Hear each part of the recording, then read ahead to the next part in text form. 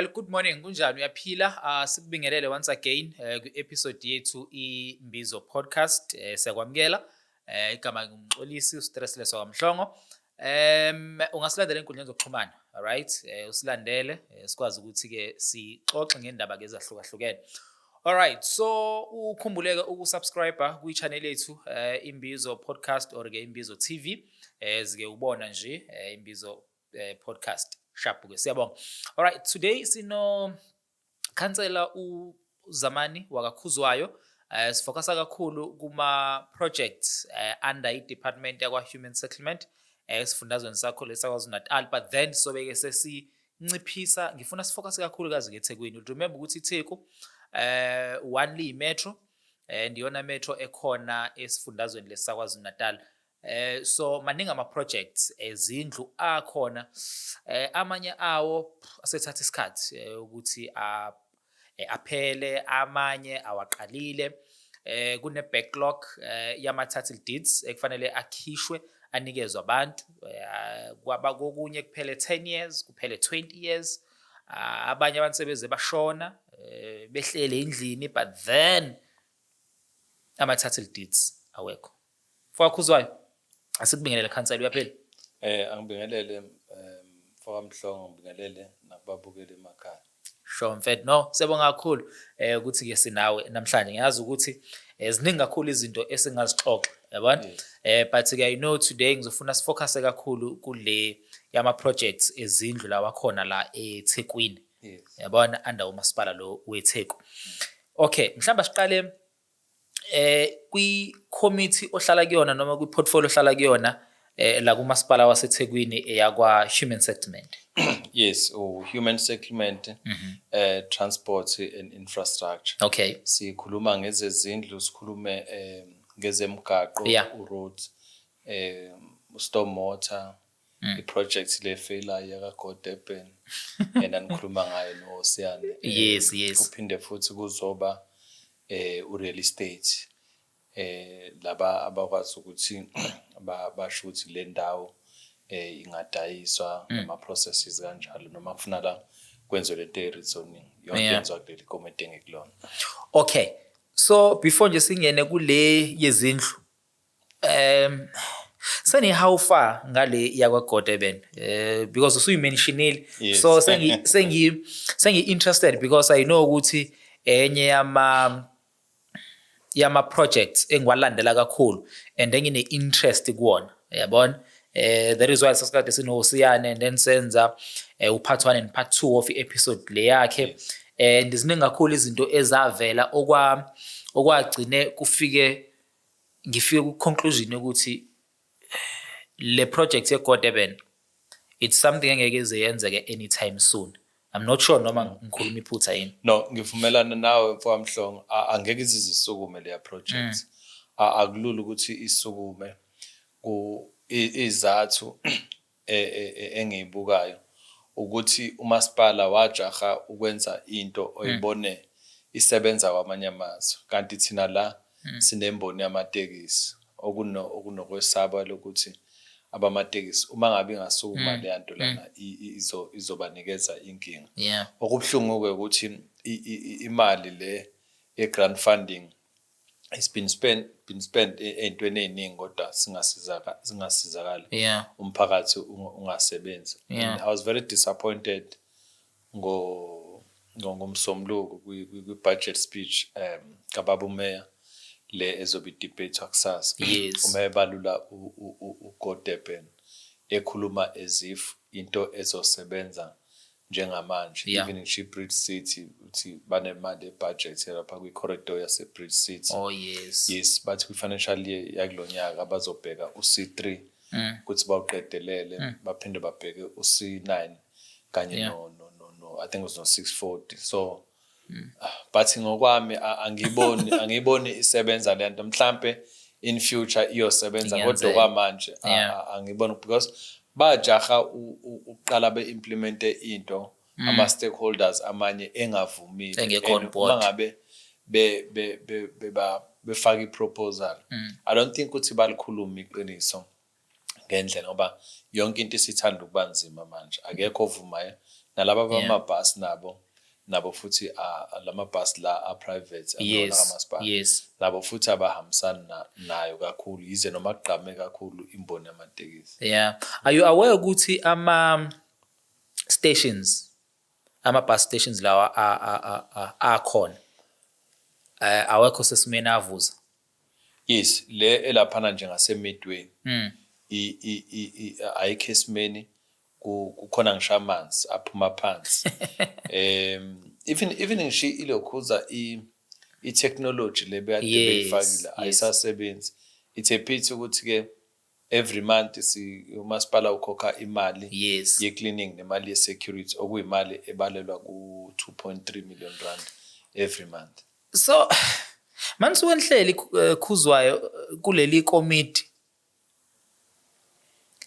nikhuluma nithini kulento ye-God event, because I'm trying to understand. Ikomiti lihlangene kune meeting ekhona, nikhuluma nithini, nikhulumela phezulu kwento ekhishwa imali each and every month, but then enqubekela phambili kuyona yikho kunamabhasi athengwa plus or minus 3 million per bus. Yes. Ahlala azalala inkukhu, uyabona? Yes. Kusetshenziswa imali yabakhokhi bentela. So mase nisuke nihlangene nikhuluma nithini ngayi God event kahle yini le nisuke ni discussa, because at the end of the day ayikho into eqhamukayo. Ayikho into esiza. No, angithi nje angiqale ngichaze lo into enzima ngo-government nepolitiki. Ipolitiki ihlukene kathathu, khona lo sikubiza district politics. Okay. Kube khona lokho engikubiza ngokuthi governmental politics. That's where we fit in thina as amakhansela. Yeah.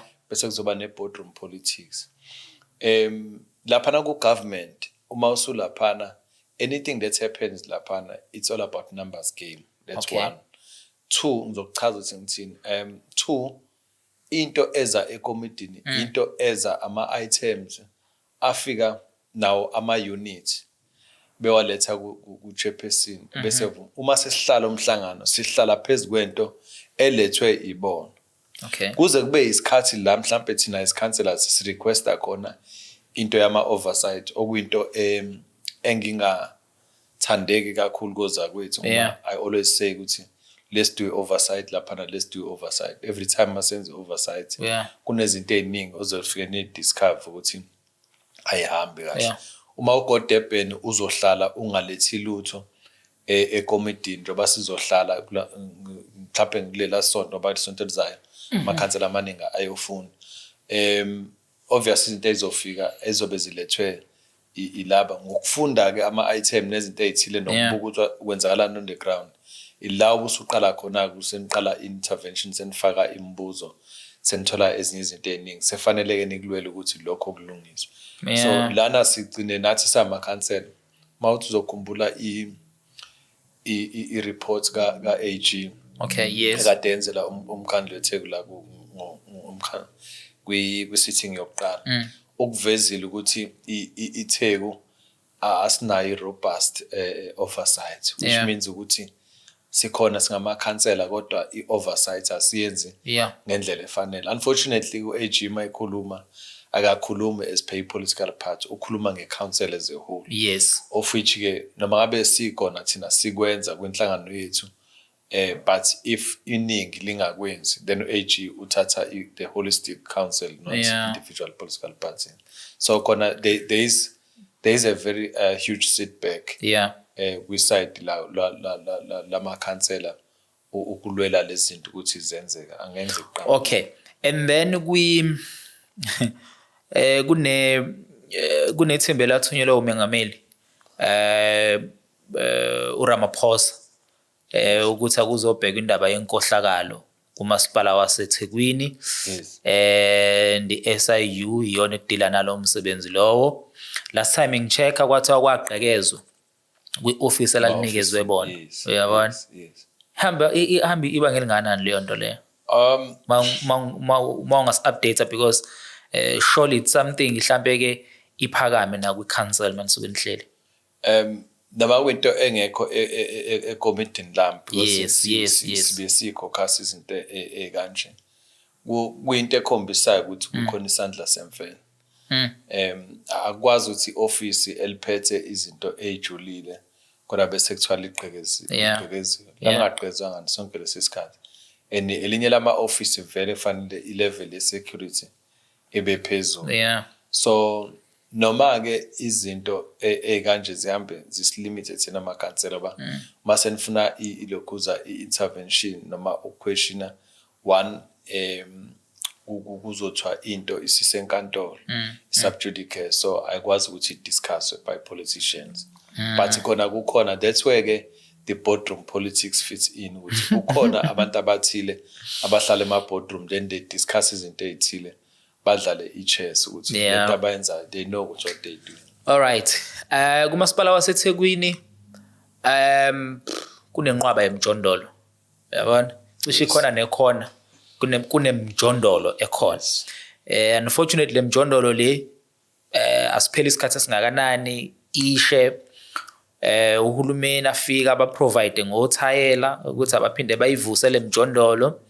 But then asesayidini kunama projects akhona ezindlu.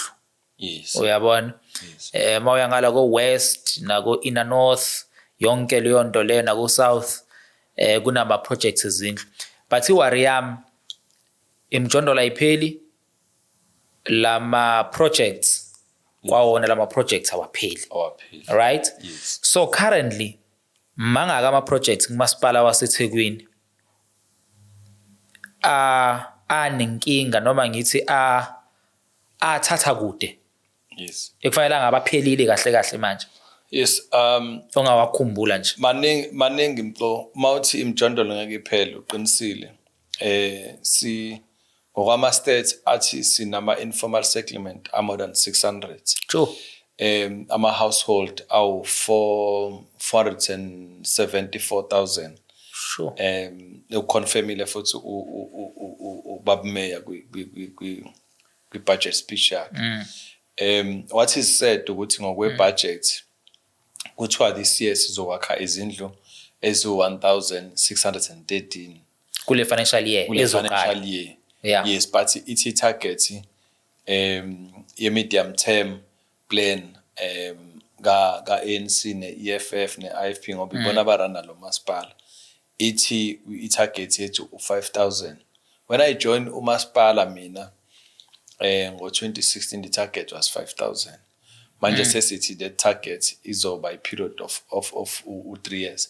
Kulo 3 years bangaka abantu abazofuduka besuka emakhaya beza eThekwini ngoba eThekwini labakholelwa khona ukuthi kuthola amadoro nokufunda futhi labasuke sebefunde emazingeni aphezulu. Kusho ukuthi lo 474 esikhuluma ngawo manje uzobe usuwandile in 3 years time.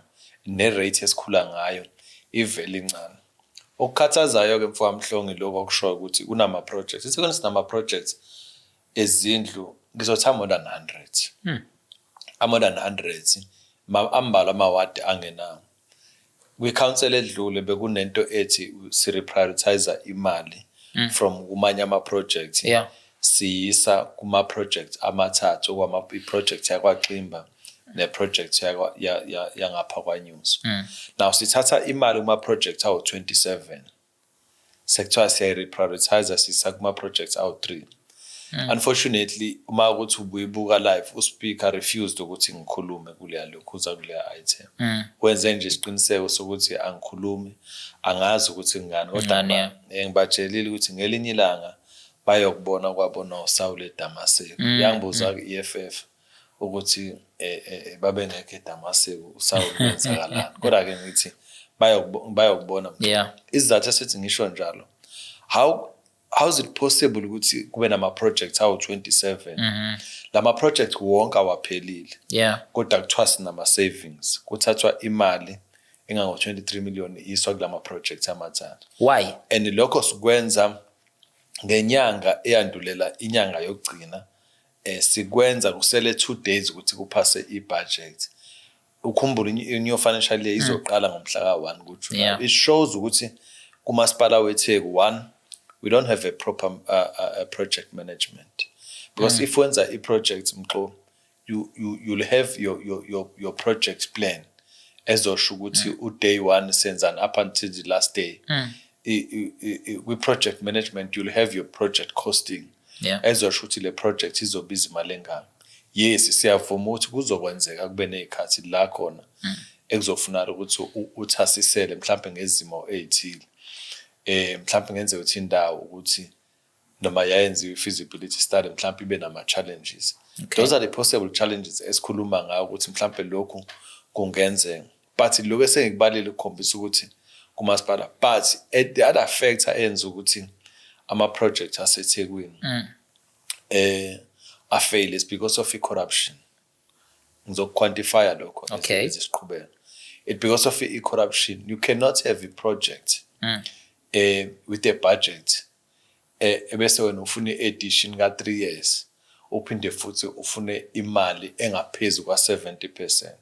With project, yes, you'll ask imali in edition, but your edition will have to uthi lapha go 5-10%. Once they are above 10%, then a project manager must know, even nalaba malokhuza ama stakeholders must know ukuthi there's something wrong with your project. So zonke lezo zinto ziyakhombisa ukuthi usinenkinga. Bengisa highlight nje ama project amanye aqhubekayo.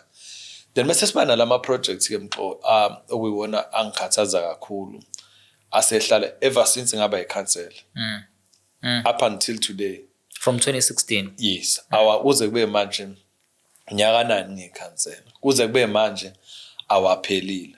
And guess what, wonke ayikho iproject efanele ideliver izindle zo 500 kuwo wonke afanga basephelile eyase Umbai housing project yazi yalontshwa uMamzandile sayemeya kudala ayikapheli namanje ayikapheli izindle zakhiwe mhlambe uba last time senze oversight zazi 11 eseyiphelile kuzoba about 30 nento babe business. So I can safely say ukuthi azikho as from today azifikile ku 60. Okay, tell me, if kune project eyalonchwa former mayor uMama uZandile Gumede 2017 kuze kube manje kusakhiwa izindle ezi less than 50. Yes, right? Yes, ezo 11 eyisaphelile. Okay, yeah.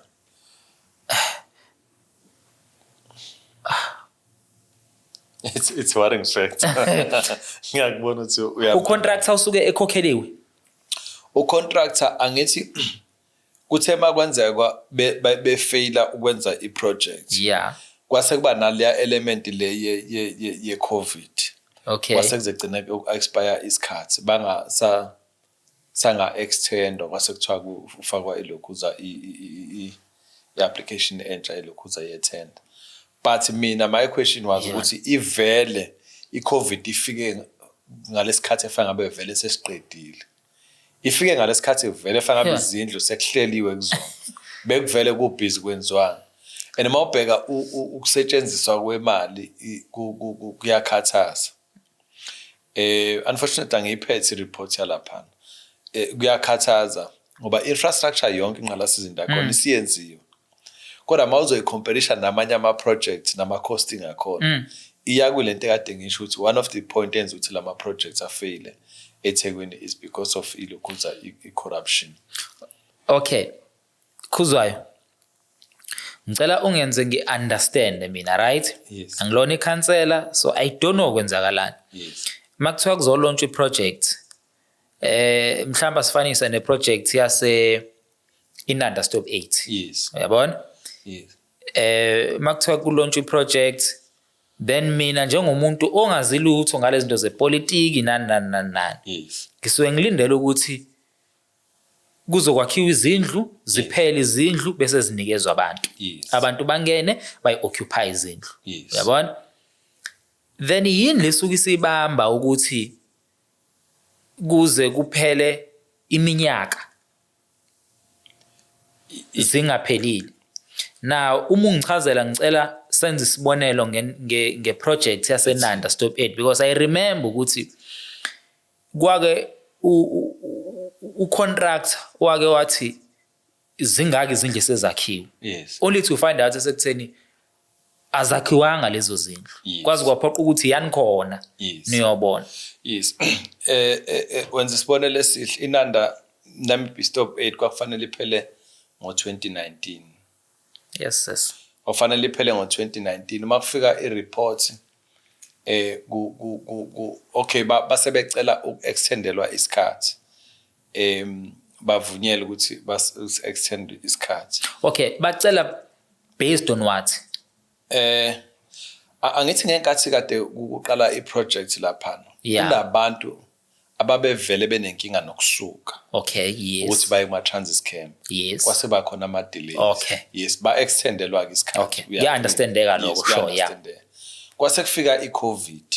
Okay. Uma kufika i-COVID kusho ukuthi kwaba nokuma komsebenzi. Okay. Mase ibuyile kwi-COVID 2022 siyophela if I'm not mistaken. Kwafika i-report ekomidini. Bacela i-extension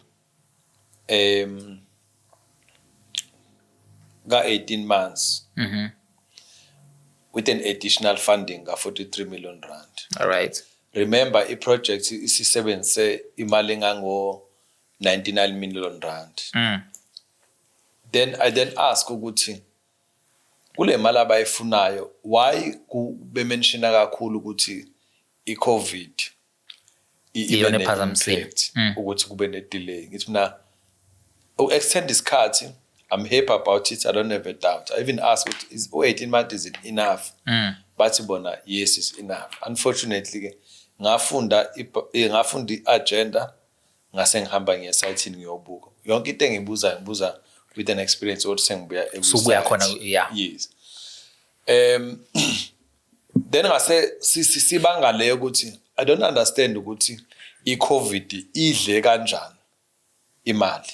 Okay. Ye project because ayekho umuntu obesebenza nemshini kwakumele kushuthi kufanele iphindisele mawuthi izokhokhela ukuthi iyarentelwa nani idle kanjani lokhu za imali basebethi infrastructure. Guess what, that time umgaqo kuyi-gravel. Itamkoko ezazikhona bezintathu. I still have ama-lokhuza ama-clips of ilokhuza ama-recordings alezo zinto. Kwaba into esilwayo ngabuya nga-requesta i-oversight kwaba khona ukuthi bayancikaza ukuthi i-oversight yenzeke. Then I invited the media to do a political oversight because some oversight, there's a political oversight and nale yekomiti. And I went and do a political oversight. Yayiyodwa indlela yakhiwe 99 million rand gone. Basebethi kune okay, wait Khuzwayo. Ungangijahi kulezi zinto ngi-understand mina right? Angazi lutho ngendaba yokwakhiwa kwezindlu nama project. So bikufana ngabe siphelile ngo-2019. Yes, project. Kwaku-allocate malini? U-99 million rand. 99 million wa-allocate. Okay. Then usonkontileka waqala wasebenza. Yes. Ekwakheni kwezindlu kufanele kulungiswe nendaba yomgaqo nendaba yedamkoko right? Yes. So wena uyokwenza a political oversight when? Yes, it was 2002. 2022. Yes. Okay. So it's 2022. Yeah, okay. 2022. Ngoba kwi report yabo bakhala ngendaba ye-COVID nani. Yes. So when you go there ufika kwakhiwe indle yodwa. Yes. Batheni kwi-report bathe zingaki? Kwi-report abakustipulateanga abakushoyo bathi bafuna uqedelela ama-top structures. Okay. So top structures shuthi sikhuluma nge-roof. Yes. Shuthi indo ngaseyiphakamile. Shuthi izimizi ngokwazi. Okay, sure. So ufica iyodwa indle ephelile. Ngifica iyodwa indle ephelile. Yeah. Eyayikhona enye yayikade isakhiwe. So lezi ndo ngabayishilo kwi-report azikho. Kwale infrastructure ke le kwayimgaqo ayikho kukhona itamkoko entathu mhlawumbe ezu3 kwi-project yonke yeta i-phase yonke. Okay, umgaqo usayigravel. Uyigravel ukuthi kuhambe imoto. Okay. Zu2 izindlu eyodwa iphelile yodwa ayiphelile. Ayiphelile, yes. So kulenye indawo khona ama slabs khona ama slab nakhona initially sifike kokuqala I think I less than 5 ama slabs. Yes, ngisenze political oversight. Okay. Ngakafiki 5 to 7 ngamabomu asithi 8. Yes. Uyabona? Asinje wafica izindlu ezu8 ngamabomu. Yes. Uyabona noma wafica indle eyodwa ephelile, indle eyodwa eksanyuka indonga kuphela and then nama slabs awu5. But ngamabomu asithi zu8 izindlu siphelile. Netamkoke zu3 umgaqo kasubali. Asubali. Okay. So u99 million awusekho is gone. Bafuna an additional 43 million rand. Remember that 43 is excluding VAT. My senior VAT yayiba 40, I think 46 or 49 sakhumbula kodwa nje I raw without a VAT yayo 43. Imali ayifunayo. We then fought and the phela lento ngathi siyavela na kuma TV sesiya expose ama TV nasema radio isiyavela then kwasegcine sekuvumeka ukuthi akuyenziwe le oversight that time siphethwe u-deputy mayor at the time ukansela uMavundla. Okay. I-agree sahamba sayenza lokhuza le oversight. He was also shocked. His status asibona lapha. And remember, Mavundla is a professional engineer. Yeah. Ngokwe profession yakhe. Yeah. Uyakwazi ukubona ukuthi lento ayikho. He was also not happy about the infrastructure ye stormwater. Ukuthi where's the stormwater la? Nisikhombisa lama lokhuza lamathathu and nithi nina nivinjwe lo amuzo ukuthi ningaqhubeka umuzo wodwa. Now after univimba kanjani umuzo wodwa then nini la enifune khona a political intervention ukuthi now sesicela ke ikomiti lingenelele ngoba ngathi siyafail. And the advantage eyenzakalayo mase kwenzwa lezi zinto, remember ewadini ukansela uzophatha manje after 5 years asekho sephumile lo fikayo akazi lutho wazi izinto zase branchini zamabhisi zama-project yo akazi lutho and lento iqhubeka 99 million gone. Yes, uyafakwa lo mali lalelake lo 43 million rand abawucela ngaphezulu abawucela sangawuvuma abanye bawuvuma basuphasa. Okay, tell me angifuni ungirashe Khuzwayo angizazi lezi zinto. So 43 million ocelwayo abawuvuma ngaliphi? Phela khona lento ye mandates. That's why ngithe mina ama level epolitika awafani. Yeah. For sure bane instruction from the boardroom politics ukuthi babambe mandates of the political party ukuthi bavumele yonto. Akekho umuntu esehambile wafike wabona ukuthi ayikho lento kudlalwa ngathi naye avuma ukuthi man engage politically nangokwekomiti avuma ukuthi kudlalwa ngathi la but mase kufika kwekomiti noma sekufika kweCouncil phambi isandla athi no uyayisupport item ebese ethi no ngiyayisupport item in the interest of ukuthi kwakhelwa abantu bakithi already abantu bakithi seberojiwe imali lezindle lo 99 million rand ubuzoyiqeda iproject. Imali ayiveli determined after feasibility start ukuthi le mali le i-cost ye project izokwenela. Now mase kunenye edition lo edition le ibizokwakha izindlu ngathi mangenza ama calculation ibizokwakha izindlu engaphezulu kwa100 le mali si-edele ukuthi i-project iphele ngoDecember wangonyaka odlule. Isiphelile ke le project na ufaka u43 million. Wafaka u43 million. Isiphelile project ayiphelile, i-contract expired ngo February kwi-meeting yango February there was a reprioritization yemali ethathwa eBhambayi ngango 5 million iswa eNamibia stopped. Okay, wait. Bear with me mfethu. Angizazi lezi zinto. 99 million. Yes. Then 40, you say 43 or 44? 43 raw with excluding VAT. Masune VAT okay, no, it's fine. About 46 years. No, it's fine. It's 43. So 99, 43. Yes.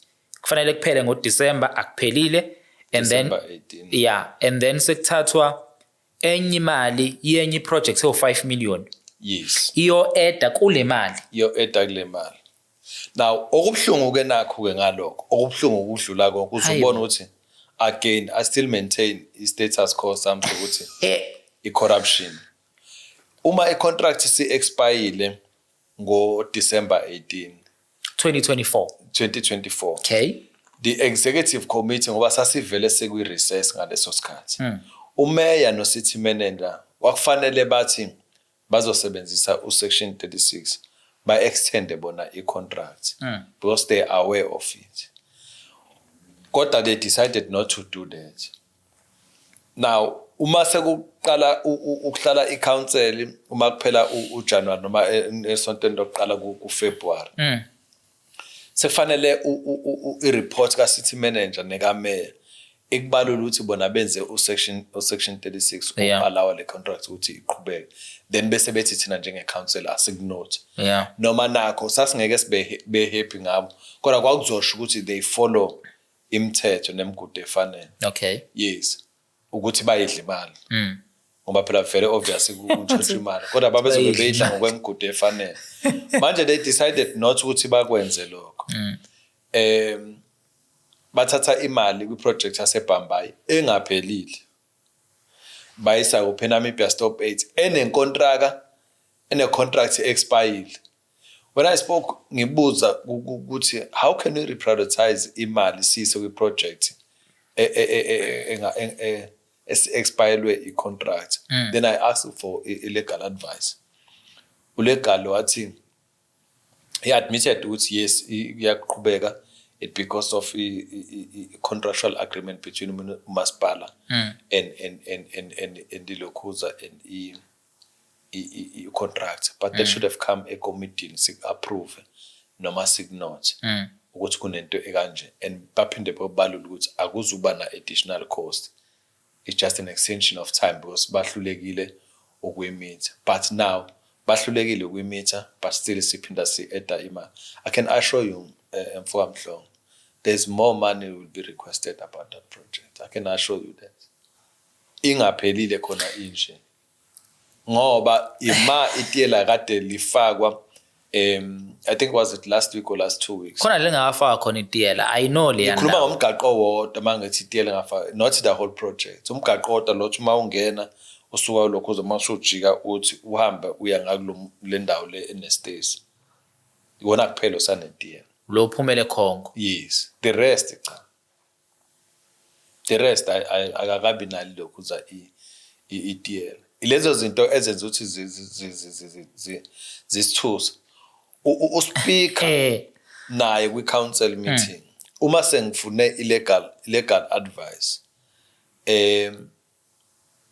uma eveza ngithi no mina angikhulumi ngokuthi thina sikhulume ngecontract. Thina as councillors asikhulumi ngecontract. Ama officials akhuluma ngecontract futhi nakho naye wonke kuba usupply chain. Ngithi mina ku right ukuthi sithathe imali sise la esengena contract ikhona. Ayisekho phela iphelile mhla 18 December. Yathini impendulo?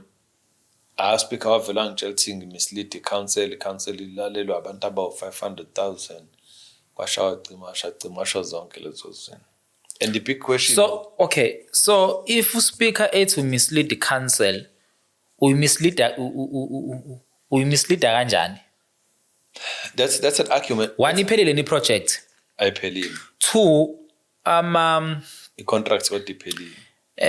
Isivumelwano esiphelile. Yes. 3 sekuphinde kwa-edwa enye imali kule project. Yes, kwakuphasiswa nje kangikhuluma kulo item ukuthi kuthathwa 5 million rand wase eBhambayi uyiswa eNamibia Stop 8. So why this contractor was requesting u43 million if azi ukuthi kwawona lo 43 million ngeke uzuqede lo msebenzi? Adding to 99 million. Yes, lezo zinto eziswarishayo mxo. We ask a report. Kwi-report you'll be shocked imali ekhokhelwe itiyela actually lenziwe lingenzwanga. Okay. Again. Ngiyacathula mina la. Yes.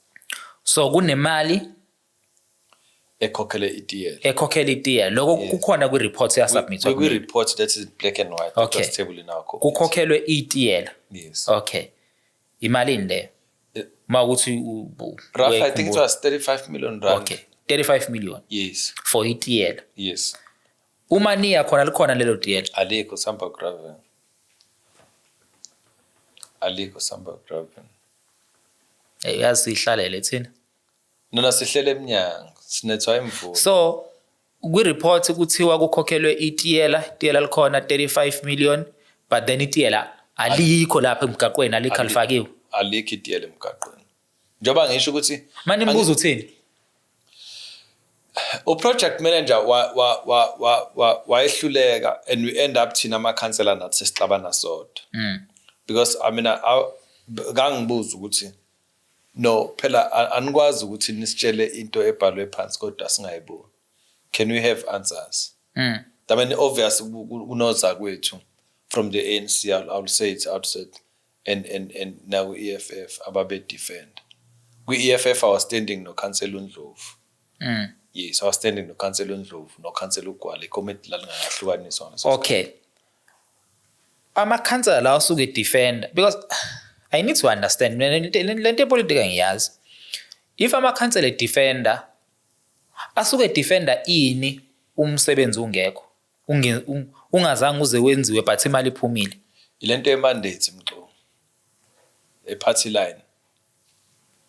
Lento you see lento epolitiki iyahlupha ngoba njengoba mina ngilapha na emkhandleni weTheku ngingene ngethikithi le DA angiyona independent ngingene ngethikithi le DA so whatever kwenzeka emkhandleni nekufanele ngikumele it must subscribe to the policies of the Democratic Alliance. So okay so ke ngamanye amazwi kushuthi ubuholi bakho mengasebuthi hamba udefende iproject esekufakwe kuyona close to 160 million ekufanga ngabe siphelile ucontractor sasenaso sivumelano with umasipala but umasipala uyaqhubeka ufaka imali bathi defender ini kushuthi phela umxoxo uzothamba odefender because bayayazi bona ukuthi yephi lo mali. They cannot say ukuthi hamba defender into wrong and remember ama policies nama principles abo athi we representing the poor, we fighting for the poor. So when bona abantu bokuqala efanele babheke ukuthi why kulahleka u100 rand la, why kulahleka u10 rand la. Ngisho kuthiwa bekuyimali bekuthengwe ngayo idrink kodwa ingekho budget sefanele bayiquestion lo.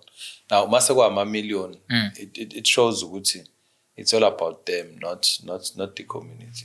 You can see ukuthi ama councillor amaningi it's them then their political parties then last be umphakathi. Zingake izindlu manje esezakhiwe kuleya project Okay, last time ngiyo check because ngaya ngo December. Yeah. Yes, noma ngaya before 18, I think it was 15 or 16. Ngaya izindlu engcine zakhiwe kuphela contract zazikade zo 74.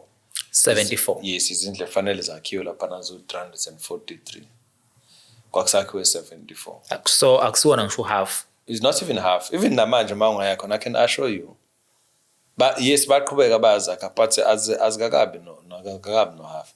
Ipace abahamba ngayo. So ipace abahamba ngayo nento enzakala it's very shocking. Maybe ngiyadinga uku-understand lento yepolitiki. From izindlu ezu let's say 300 sekwakhiwe mhlambe ngamabomu asithi sekwakhiwe 100. Yes. Ngamabomu. Yeah. And kade ku requestwa u5 million. Yes. Then kushuthi lo 200 shuthi uzophuma kule mali lencane sele kanjani? Ingakho ngithi ke ngineze isiqiniseko sokuthi basazophinde babuye bezocela imali. Basazophinde babuye bezocela imali. You see mxo uqinisile mawuthi ipolitiki iyahlupha because into esiyibonayo laphana is not governance, it's politics. Ngoba if bekwi governance, project management was going to be implemented and the project was going to finish on time. Bengeke sesibe nenkinga. The only thing mhlawumbe besingaba nenkinga nayo ukuthi okay, saba ne-COVID, then we had a standalone time. Mhlawumbe sama security ayegade imshini. Okay, then what are the cost of that? How long did it happen? Imalini ekufanele sikhokhe. Then sifake si-ede leyo nto le. Ku-edwe leyo mali ukuthi okay, we understand. Ku-edwe leyo mali. Nifuna isikhathi esengeziwe, then singeziwe isikhathi. And I did ask a question. Are you sure you're going to finish this in 18 months? But yes, ngathi mina no. Remember, ngangikhuluma nabo without them knowing ukuthi I'm also a qualified project manager. So into uma ngikhuluma ngiyayibona ukuthi ngiyenze and exactly akwenza. Ngathi mina you guys should be asking another 36 months. But I'm telling you, you should be asking another 36 months. Okuyinto ebizobenza ibathathe ibabeke kuJune ngonyaka ozayo. Hey. Ukuthi baqede. Hey, wena bafethu. Okay. Asimove siyobheka another project. Yes, a project yase Kennedy Road, the Barton Place. Okay, Kennedy Road. A project nayo wafanele iphele ngekhathi ezifanayo ngoba befanele iphele ngeira kaThanda uXolo uSabelo. Okay. Uchairperson wethu. Ube uchairperson wethu after uMthembu. Iqala isikhathi sikaMthembu. Mthembu phathe 3 years from 2016. Thereafter i-term yafinishwa usayiqeda noThanda uXolo. My cherish meeting with Thanda uXolo, I think it was 2020 if I'm not mistaken. A project idinga i-extension nayo. A project got 25 million. Fayenza izindlu ifika ngisenayo kahle kodwa izindlu 200 something. 25 million rand project. Bathi bacela extension. Iqale nini? Project iqale ngabo 2018. Okay. Yes. Ukuthi iqala sekuthiwa kuyakhiwa kodwa kona ke ezinye izinto zaqala 2018. Yeah. Initially kwakumele ithathe isikhathi esingakanani? Kufanele ithathe I think 24 months or 36. Okay. Yes. Isiphelile manje? Ayiphelile. Okay. Ngaleso sikhathi befike committee ngo-2020 if I'm not mistaken, if I get my dates right. Bafika bazocela i-edition ka-18 million rand. Then uma ngifunda i-item ngathi no.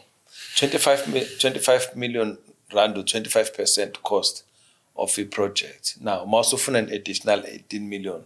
That is more than 72% of the project. It's impossible. Then I say ngiqala worried and we call for ilokuza oversight. Siyobheka. Nakhona bathi lo 18 million no top structure. Salwa i-oversight was granted. Sahamba saya khona. Masifika sifika kwayona ingqalasizinda. Ayiphelile. Ingqalasizinda yalaphana eKennedy Road ize yaphela was it December 2022? Yeah, I think December 2022. No. Yeah. No. 2025 March. Yeah. Just December 2023. 2023, okay. Yes, kwayima iphela ingqalasizinda yakhona. Kwaphinde futhi kwama zangasukuma izindlu. Sebefuna elokuza enye imali ukuthi awukathi lo 18 million rand nanofuna uzokwenzwana. Enye ama projects. Zingaki izindlu ekhona manje kulezi ezu100? Ayiphelile. Last time ngiyochecka khona izindlu ezasezakhiwe kodwa singaqedeliwe phezulu. Zazikade nazo sazila ko-39. Zazila ko-39. So ama-projects lawa akhathaza kakhulu. Okay. Initially, i-project zaziwakhe izindlu ezu100. Yes. Okay. More than 100 in fact.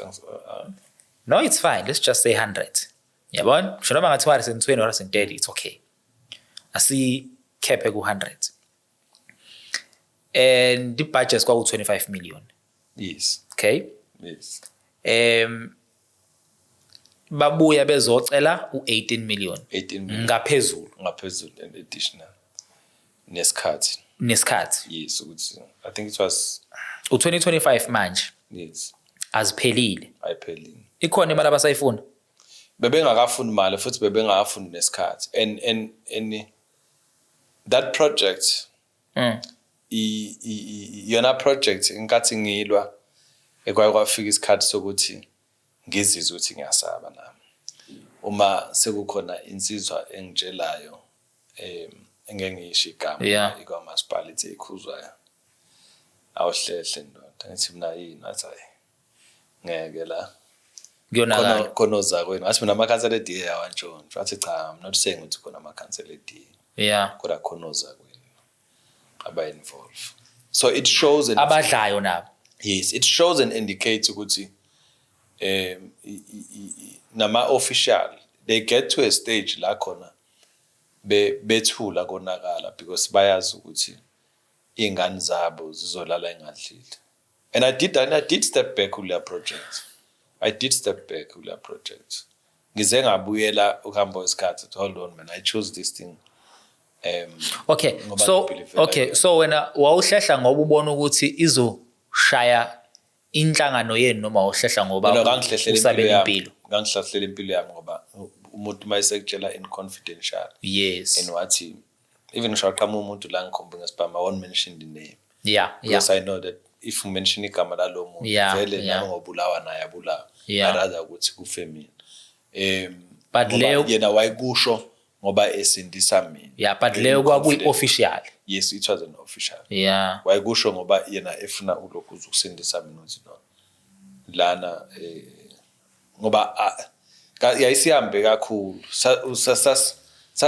sasigubha enama answer phela ngithi mangabe sekubuzwa ama question ama answers sesogcina sibuza ukuthi ubani keep instruction sefanele asho umuntu to keep instruction can you imagine head we unit sefanele usho ukuthi ubani yini yakwenza ukuthi usign la sesikuprove ngayo yonke indlela ukuthi lento eniyenzile wrong sefanele ke manje uchaza ukuthi why you took this decision ukuthi lokho I mean initial yini ekwenza ukuthi lokho okay so le project ayiphelile namanje ayiphelile 25 million plus 18 million gone for izindle zu100 but namanje project ayikakapheli okay umbuzo engobuzile ngithi mina ngoba ngeke ngayibona ukuthi emva ukuthi ngesaya khona nemedia siutshani sebungaka and ngathatha irecording ngayithumela ku-head ngayithumela na ku-chairperson lo okhona uThemba Mvubu we-EFF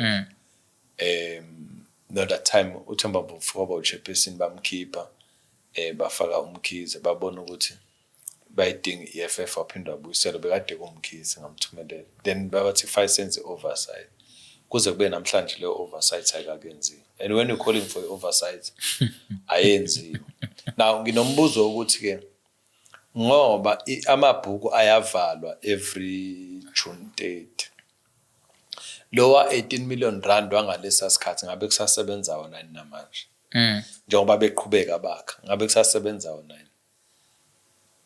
ngoba if ukusebenza wona uAG for sure ngabe seyiphikile upland obviously zikhona izinto ezenzwayo ngandlela thile ngokwe boardroom politics obviously officials have to be involved kulezo zinto ngoba akwazi ukuthi ungakhona imali ezoloku iqhubeka kwa wonke ama projects isikhathi eside angibelieveli kuloko ikhona into ekhona ikhona imlingo ikhona esibona yenzakala lapha okay I know ukuthi nawe uxakile njengoba nami ngixakekile yabona sikhuluma nomuntu ohlala kwi portfolio committee kumasipala weTheku kwa human settlement right so sikhuluma ngama projects la ahlukahlukene khumbula ukusubscriber ungasilandela nasenkundleni zokuxhumana Imbizo TV zwazi ukuthi ke sikulethela zero zinjalo indaba yabona uyijajele wena ukuthi nansi into eyenzakalayo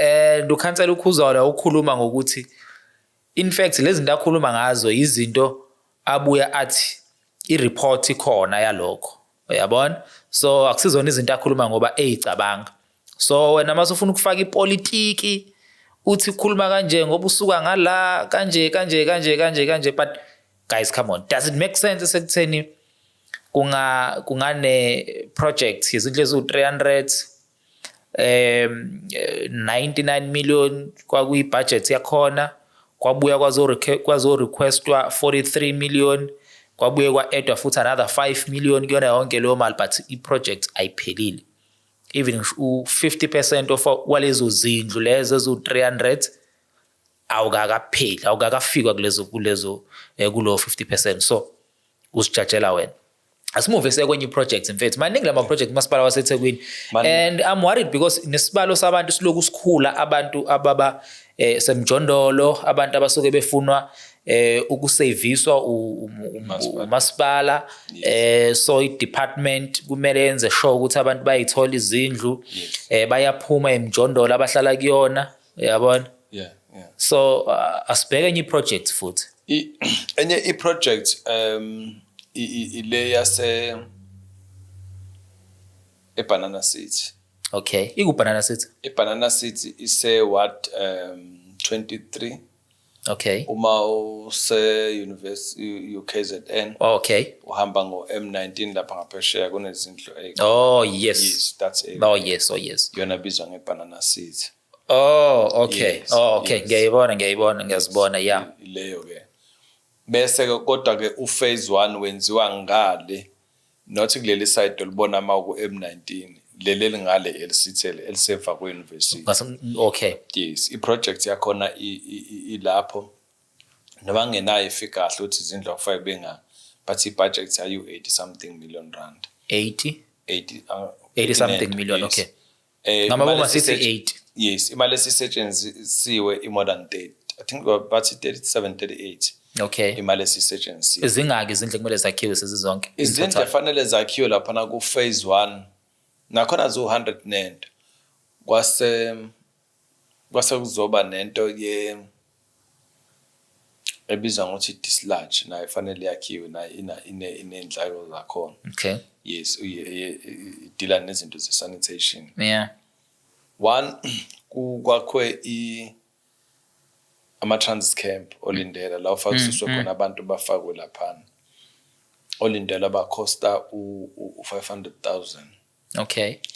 Mase fakiswa abantu ngala bayiswe ngala kwakhona abantu aba-invader akubona abantu baseBanana City la baseBanana City baqhamuka kwenye indawo sebeqhamuka kwenye indawo yes so maybe invader yini olindela noma ba-invade izindlu ba-invader olindela.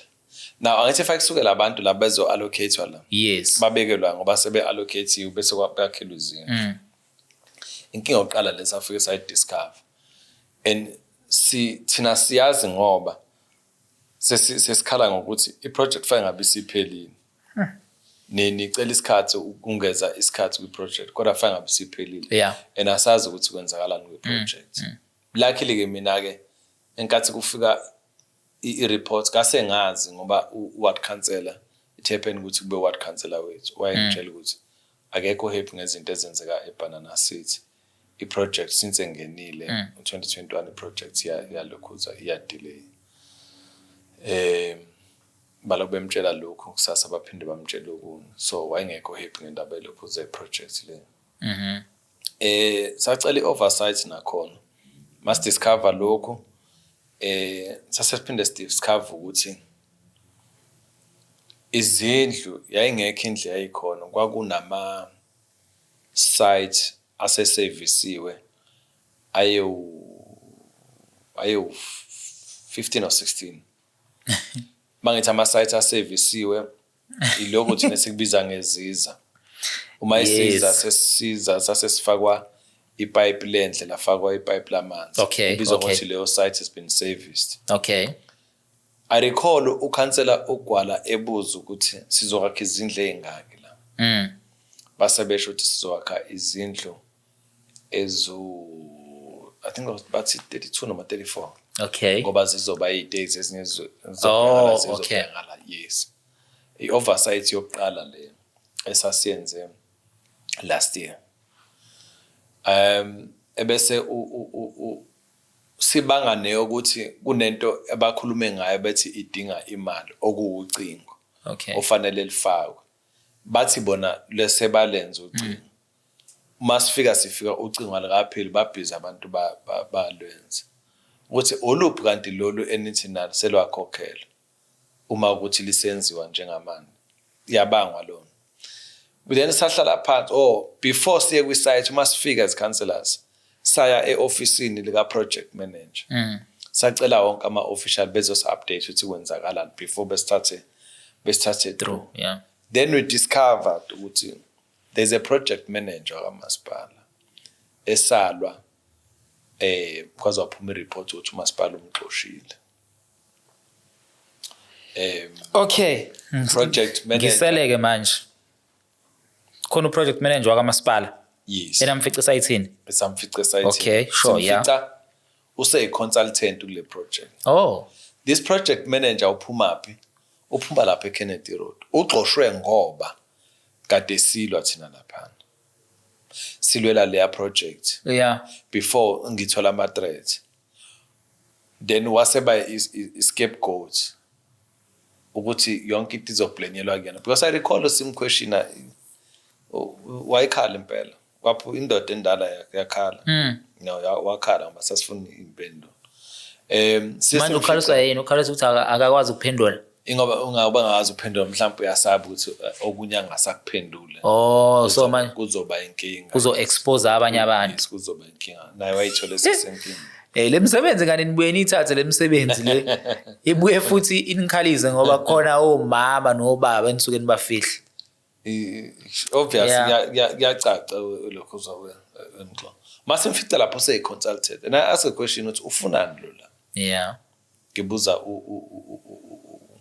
acting head wa-housings ufunani lo baba la ngoba mina ngokwami kwathiwa waxoshwa kwathiwa no councillor kaxoshwanga wa-retire ngathi mina i-retired after i-pressure makuthi nathi wa-retire but i-report ithi waxoshwa if nithi nina wa-retire lo muntu wa-retire kwi-project efeyilile and you guys blame beniyifaka kuyena usefunani lo asithi I'm not surprised ukubona ukuthi kwale Banana City iyafail and it's going to fail because kusakhona umuntu vele wafeyila ekuqaleni yes and guess ukuthi representa inkampani ka Mr Singh, the late Mr Singh, the one and only waseThekwini olokhuza ama projects eThekwini so you can see ukuthi kwenzakalani so it comes to no surprise ukuthi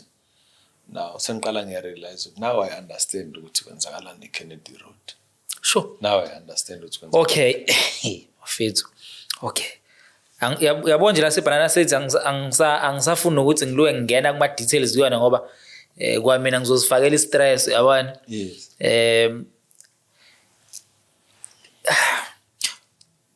kwi radio kune program le yamatayitela yabona and i-team yakamasipala indlela abayisebenza ngakhona bazama ukukhipha abanikeza abantu amatayitela yabona and I'm happy nge-feedback yabona ngeke ngiqamba manga I'm happy nge-feedback nangendlela ekwenzeka ngakhona uyabona and I remember ukuthi kune backlog ekhona makhuluma ngendaba amatayitela kumasipala waseThekwini but ever since baqala uyabona ukuthi i-progress ikhona uyabona and yinhle yabo but now ngifuna ukuyobheka indaba wena ungcono ngobe understand lento indaba yase nayile ndawo le eManmuraya ithini indaba yalapha yana mfethu no mhlawumbe umuntu ngaphambi uthi aphendule umbuzo wakhe angiqale la ngoba mhlawumbe abantu abaningi abazi mhlawumbe ngomunye umuntu ofanele ukubongwa eThekwini abantu abathola amatayitela why angisho lokho ngishiso ukuthi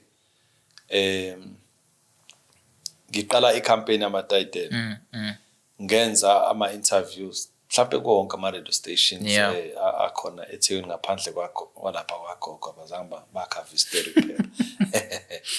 Kodwa wonke ama radio station bengibizwa benginikeza i-hour nani. And you decided ukuthi sibe ne program ezoba every week. Yasiza abantu abaningi. Yeah, true. Basizakala abantu. Then politics took its place. But I'm happy ngokubuka i-program. Namanje kuseni I was very impressed ngilalele ngizwa ukuthi kunabantu ababenefitayo even like lento ye-flips labo. Oh yes. About 5 so yes. Bebene bond so sebezobenefita kwi-flips. Yeah, but okay. Sorry nje ukubamba lapha. Imention kodwa ukuthi kwaze kwaphoqa ukuthi uformer mayor uKhawunda. Yes. Uyabona? Angilwisi. Angifuna ukuthi akulwise but kwazi kwaphoqa ukuthi azafone yena ngokuthi no efonela namanye ama officials I understand that because we funa ama answers naye by the way ukuthi why no cancel, why this program yenziwa ukhansela uyabona because naye ngithi uyalalela uhlelo why yenziwa ukhansela because this is something efana ngabe yenziwa i-unity le yaka human settlement uyabona. No angithi kwakungekho wrong ukuthi i-project yenziwe ukhansela ngoba uzobe ayithathe lento ayise ekomiti president umphakathi because uhlala kulona. Yes, what I like about i-program abantu bebeyikhulumela bona. Yeah, true. Bebeyikhulumela bona basho ukuthi inkinga yami la. Yeah. Basho ukuthi bakuphi then sekwenza ukuthi kube lula thina sokuthi siphushe ama-official. Yeah. And I think mina the rate yokusiza abantu kuleya program I think it was more than 80%. Babesizakala because abantu babebuya kumina besho ukuthi sesizakele nakho kuyalunga ilabo nalabo abangasizakalanga. Yeah. Nalo 80% isinawo ngenxa ukuthi akekho netayitele eMoraya. Ngale kwalokho ngabe i-rating ngaphezulu kwalokho. But yes umeya walwa kakhulu ethi anginayo authority yokuthi ngikhulume ngento esiza umphathi yamatayitela. Amatayitela into kameya no-MEC. Asengithi mina but we have a backlog ka more than 80,000 abantu abangenamatayitela eThekwini. So after silwa sekuyashesha noma kukhona okulokhuza okwenzakalayo. And I recall yes balwa nama official and even balwa no station manager ukuthi no kungathi kune politics and what I like kukhona umuntu wafona mhlawumbe uzobuya ukhohle but kunomuntu owafona why very disappointed ukuthi I'm very disappointed ukuthi bakhipha ukhansela ukhuzwayo one knowledge nge-subject matter kwazofakwa omunye ukhansela ngoba ngenkathi ekhishwa mina khona ukhansela wangena. Yes.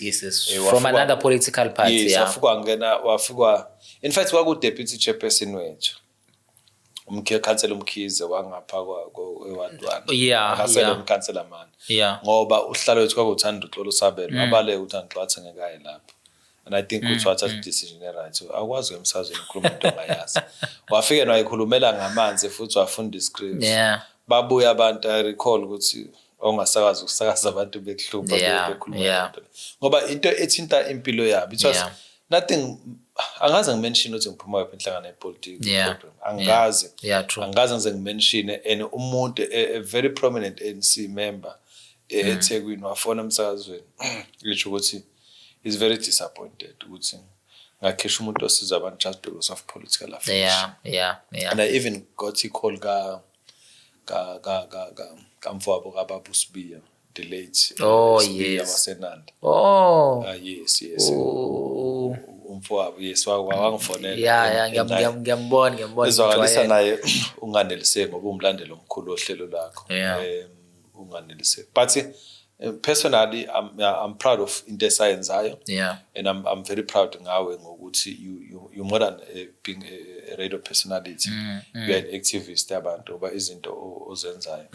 Akubu ukukhuluma igcine isiza abantu igcine. So kodwa ke asingayishile phathi ukuthi after yonke le yanxushunxushi le yayana uyabona lesikhathi bekhipha then ba realize ukuthi okungenani abathumele abantu from i-department yabona because ibona esisebenza nabo ke manje. Khumbula phela inkathi engibizile emeetingini u-station manager wathi qabasha wathi Khuzwayo hey sithola i-complaint la ngawo ngathi ya manje fanele sikumise ohleleni athi ngimisa ukuthini uthi ngoba wena uyi-politician ngathi parliament councillor serving kwi-committee so I'm entitled ukuthi ngikhulume ngalento uma bongimisa mina ngizoxabana nawe wathi anina i-solution to kulento le ukuthi umasipala awuvele ulokhuza ulithenge uhlelo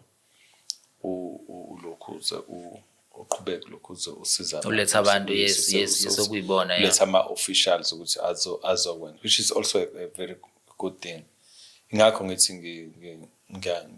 ngiyayiqhenya uma ngilalela uhlelo ngithi nalo uhlelo lami hlezi ngisho ngathi nalo uhlelo lami yeah so this year sisemkhankasweni this year yabona nje lokuqalile asemkhankasweni ukuthi itayitela libe sesandleni umuntu yabona and so far irate ekhanjwa ngayo iphezulu kakhulu yabona uyabona lebehluku ngingakhuluma nobaba ungema I think was last week or the other week ngicela i-presentation to i-caucus yethu athi ungema Khuzwayo ngoba wazi yonke into nje Khuzwayo ngoma tata ngifuna no ngifunela ozakwethu it is inyalokho ukuthi but sisazoba nayo sifuna i-presentation ekhuluma ngalezi zindlu ezande kakhulu ko-Phoenix ko-Chatsworth lezi ebizwa ngama-council flats they more like a social housing ukuthi zona ngoba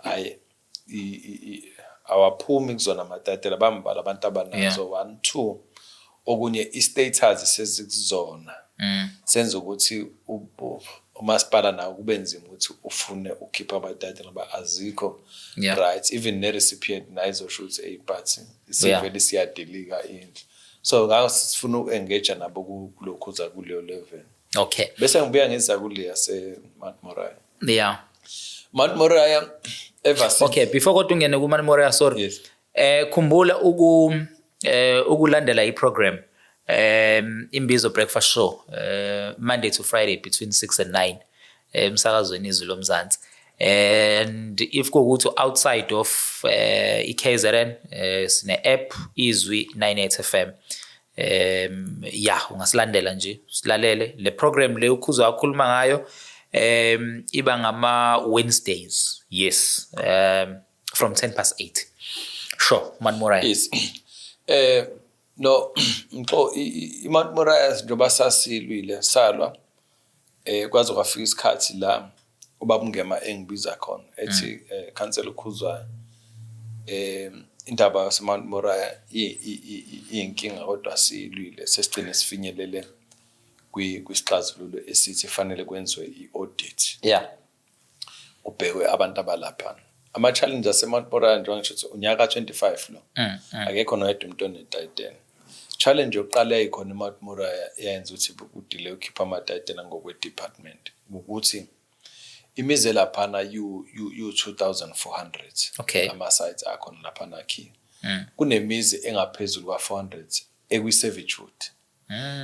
now le mizi maye kwi-servitude kwangafanele waseqaleni ukuthi yakhiwe yes now akunzima ukuthi amatayitela abo a-approve mina my argument kwi-department ya-housing ne-unit amatayitela was ukuthi laba ke aba-1900 something aba-right abangekho kwi-servitude yini benganikezwa bona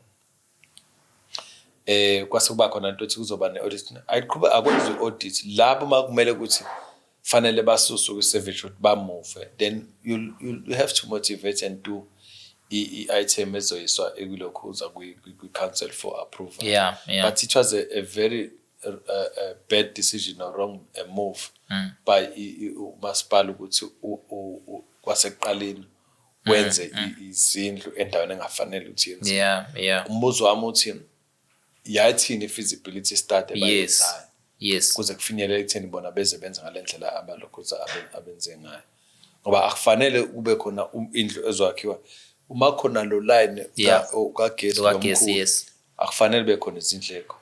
That's one. Ikhona izindlu engaphansi kwalo line eMount Moriah. Bese bakhona izindlu ezakhelwe phezulu kwepipe elikhulu. Yeah. Obvious akufanele umuzi ube phezulu kwepipe elikhulu.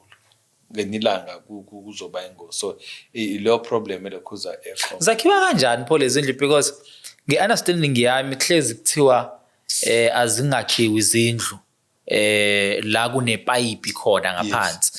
Uyabona besixwayisa ukuthi ungasondela ngisho kusondela. Uyabona noma ukuthi wakhila azi ukuthi wakhe ngongekho emthethweni should kwenzeka anything masipala is not account. Exactly. But then we have the same government okwenza owakhela abantu lapho.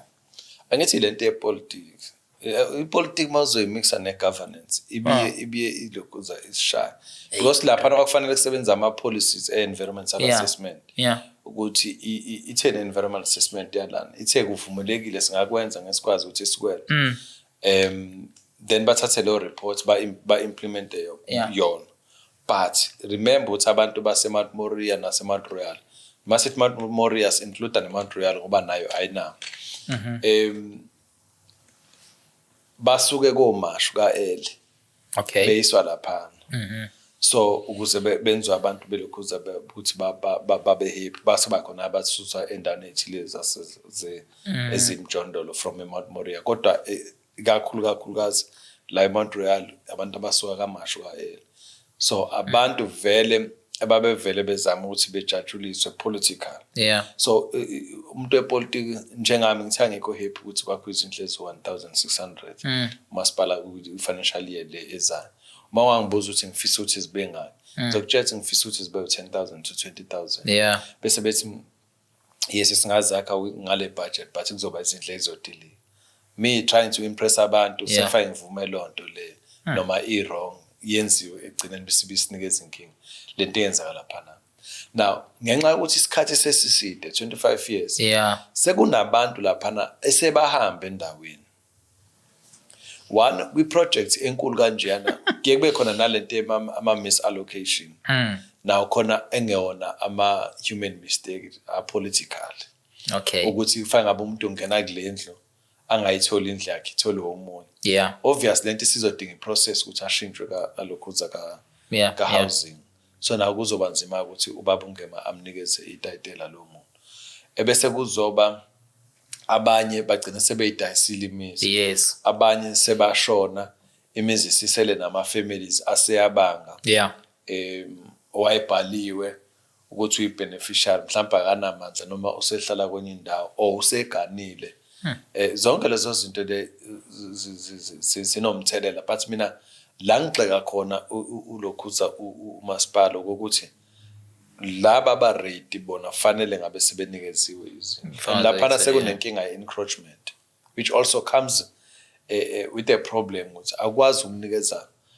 uma mina ngakhe umuzi ngase ngingenelele endaweni yakho angikwazi ukuthola itayitela ngoba itayitela lami lingala ukuthi ngigcine endaweni yakho manje umuzi wami masungenele kuwena nawe futhi ugcine sekuku-affect ukuthi uthole lokhuza itayitela ngoba mhlawumbe sefanele ngize ngithi njobana ongenani ngicela senze i-evaluation yokuthi ngingene kangakanani kubiza malini uma ukuthi sivumelana then bese kwenziwa ilokhuza i-restructuring ne-rezoning yakhona. Okay, khuluma indaba yama-PACs.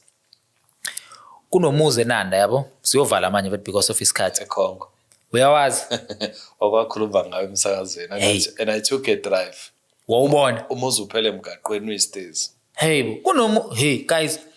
Kunomuzi eNanda eKhongo yabona?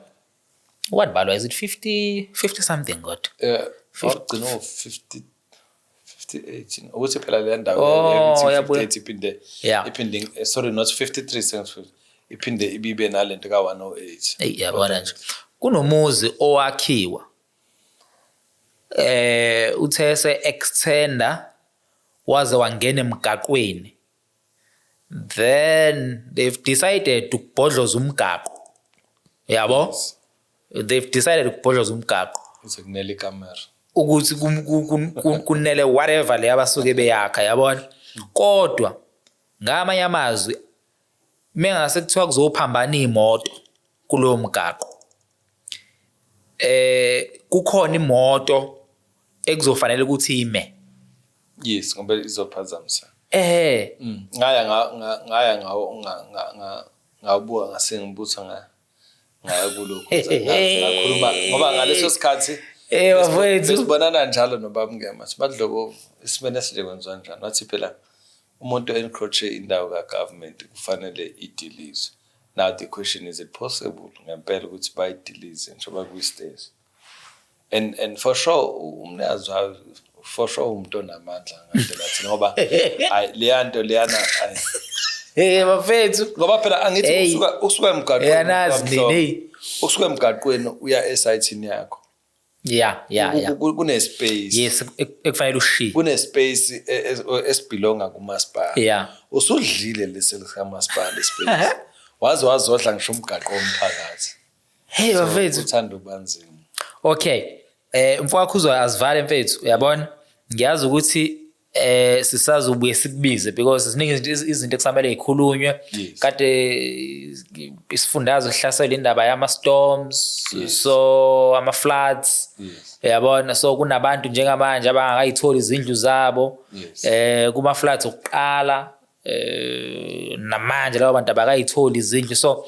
kuningi kakhulu engazi ukuthi sisazokukhuluma but le episode ngicela ukuyivala la uyabona njengamanje umkhonga ngithi yes ngomkhonga unencwadi nginencwadi yes ithini inqolobane yomkhonga ngikhuluma ngani lapha yana sikhuluma ngeprocess iqala ukulobola uzuze uyofika egcineni ushada yes incwadi ngabizwa organizer last year I think November December I can't remember exactly that was November organizer be International Book Fair lebizwa exhaso masipala weTheku so yalonjwa khona yayingapha kulezi indawo engapha komhlaba so usuka nje eqaleni umuntu mezolobola yes ukuthi kwenziwa njani ina lozo igaba iphinde ibe nembala yenkomo ibe nezithakazelo ngoba kuyasiza ukuthi ube wazi nezithakazelo uzazi uzomthopha kanjani bafethu okay so lencwadi lena mawuyifuna nazi inamba yabona ungayisebenzisa iyona le incwadi iyona le yes so nazi inamba ungakwazi ukuthi ufone yabona uyi-order nayo incwadi yakho mawufuna ukukhongelwa akayike nanga ukhansela khuleka mase ngikhonga yashithi kepesi ngiba umkhongi exactly so mase khonga usuke ngasayifake yonke lento yepolitiki nani yabona ngesinto yes no khansela bethu yabonga kakhulu kunesipho sakho angikuphathelanga sona but ngizokunikeza yabona angikuphathelanga sona njengamanje because le lokuzana kumele sikhiphe manje yabona kodwa lesipho sakho lesi ngizokunikeza sona yabo kune certificate kumele ngikunikeza yona ngokusivakashela yabona but masubuya for the second time no ngizakunikeza phela futhi different ngalo yinikeza wena yabona yes mfethu no cancel siyabonga kakhulu mfethu no asibonga ithuba msakazi sibonga sithemba ukuthi nabantu imphakathi nabasireza lezi zinto bazohamba bemakhansela nabo lapha na eWard 6261 nendawo kuthiwa iMona Sunning Hill kune project yezindlu lapho engasukumile umphakathi awubiza amakhansela kwamasho KNJ nakhona kune project for the past 15 years engasukumile okay sizule kuthiwa ibaliwe ku budget sazorecruitanize sibona ukuthi ngempela is included umphakathi awubiza ukhansela ikhulunywe lento uma bethule bengakhulumi ngeke sekwenzeke lutho all right no siyabonga kakhulu kukhona umphakathi wase Newlands wanqaba ukuthi umasipala uzokwakhela umuntu indlu wathi umphakathi ayi kuzokwehla ivalue yendawo ukuthi kuzokwakhiwa le hotel wagcina wakhe wanga kwenzakalani Yabona lapha ngase Midway Mall. Yes. Izindlu ezu2 ezifakile. Nayifaka enkani. Zine situation efanayo. Isite kaMasipala. But i-problem indlu yomxhaso i-value yayo is less than 200,000. So kuzokwehla i-value yendawo. Lo omakhelwane indlu yakhe ingaphezulu ka400 or 500,000. Yeah. Ukhokha ama-rates, indlu yokuxhasa ukhokhela ama-rates. That's why i-problem efika ibe khona. But ke sibambe mfethu ke. Isithanda ukuba inkinga. Yeah, no sizoyidiscussa yes. So idiscussa ku part 2 mase sidiscussa nale yezindlu ke lezi zabantu laba aba-affectwa ama-floods. Yes. No. All right. Well, asibonge kakhulu. Khumbula ke ukusubscribe usilandele nasenkundleni ke zokuxhumana, usilandele so that uzohlezi wazi ukuthi ngabe yini ke eyenzakalayo. Godspeed.